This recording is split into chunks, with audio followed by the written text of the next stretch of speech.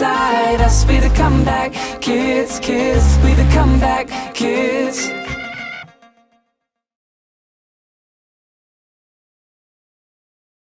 How you doing, everybody? This is Shirley, one of the comeback kids, your life relationship coach.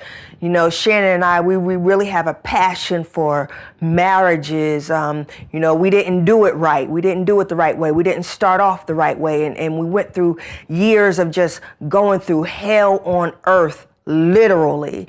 And now we've come to a place where we are finally on the same page. And it took a lot of work. It took a lot of time. It took a lot of energy. It took a lot of us coming out of our comfort zones, but it's worth it. Is it easy? No, it's not easy, but it is simple. So I just want to share with you a few things that we've learned, that I've learned throughout this process. I want to talk to you about character building. I did not understand the true importance of building my character. I thought that I had a wonderful character, but in fact, what I had was a wonderful personality, and everybody knew me. They would say, "Hey, what's up, Big Cheryl? What's up, Jersey?" And everything looked good on the outside, but on the inside, I was broken. And it's because I was working on my personality, but I was not focused on my character.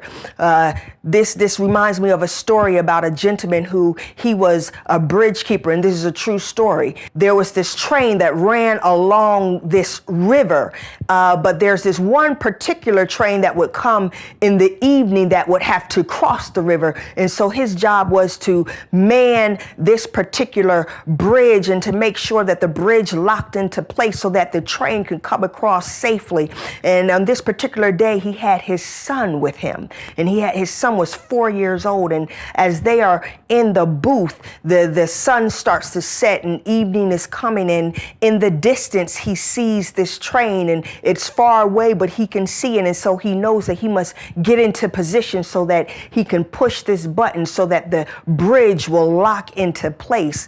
And as the train approaches closer and closer, he goes to push the button, and something happens. The bridge does not lock. So now he must think quickly. He starts to think, what do I need to do? And so he knows what he what he needs to do, but now his son is here. And so he looks at his son and he tells his son, "Do not move. Do not move. I will be right back. You stay right here." And so he bolts out the door, and he makes sure that he closes the door tightly in hopes that his son does not budge. And so now he has to run to the other side of the river to get to this lever. And what he has to do is he has to bear down with all his weight on this lever so that the bridge will lock. And so the train is now coming closer and closer. So he's bearing down with all his weight on this lever, and in the distance, he hears a faint voice that says, "Daddy, where are you?" And he realizes that's his son. And so he starts to think to himself, what do I do? Because his son is now standing on the tracks that's on the bridge, and the train is steady coming towards him. And so he thinks, well, I'll tell him to run, but if I tell him to run, he will not make it to safety fast enough because his little legs will just not carry him. So I'll let go of the lever, go get him, bring him to safety, then come back, and he knows that he cannot make it in time.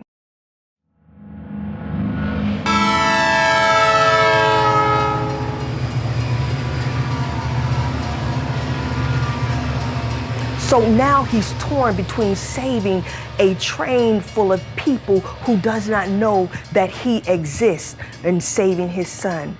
So he bears down on that lever, tears rolling down his face, and his son standing there. In a matter of seconds, he watches as his son's 4-year-old broken, frail body is thrown into the river. And the people are on the train laughing and talking and eating and drinking. And some of them are resting, reflecting on their day, not realizing that someone just saved their life as he watched his son die. I'm talking about character today. In that story, there are different elements that we can pull out, such as sacrifice. But we're talking about character. If his character was not at a certain place, he would not have made that decision. He would not have been able to make that decision. So now, here we are, here you are, here I am, here we stand, wondering why our life is in pieces, wondering why we can't get it right. Things are going wrong in our relationships, at work, within ourselves. We're broken, we're hurt, and we're wondering, what is the problem? Why can't I get it right? It's because you're not working on your character. 3 points I want to make, 3 points. The first one, character is always what you do and never what you say. A lot of you are around here walking around angry. You're hurt because you're holding these broken promises. You won't let them go. I'm telling you today, let them go. People made these promises to you and they did not keep them. They did not keep them. So my question to you is, who are you making promises to? And you're not keeping those promises.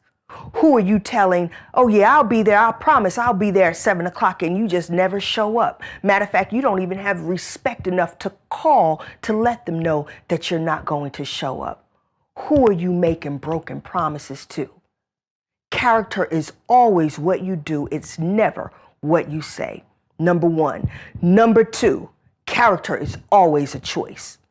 It's a choice. I have people who say, oh, Miss Shirley, you just don't understand though. I've been going through so much. It's just so much going on in my life. You don't understand what I went through as a child. And it's rough. I was abandoned. My mother abandoned me. Guess what? My mother abandoned me too. That's right. She abandoned me. Oh, Miss Shirley, but you don't understand. My parents, they dogged me out and they told me I would never be nothing and I would never amount to nothing. That's not my story. Thank God. That's not my story. I can't say that. But I dogged myself out. I told myself that I would never be nothing. I told myself that I would never amount to nothing. I hated myself because I was filled with so much shame and guilt. Been there, done that. Oh, Miss Shirley, I was abused and all. I was abused too. It's a choice. It's a choice. Make a decision. You understand? There's nothing that all these people, see, we sit around and we watch TV and we watch everybody make their dreams happen and do what they want to do in life. And the thing is, they made a decision. See, their character helped to propel them to the next level. They made a decision to make their dreams happen. If you want something to happen for you, be proactive. Make a decision. Work on your character. Get that thing on lock.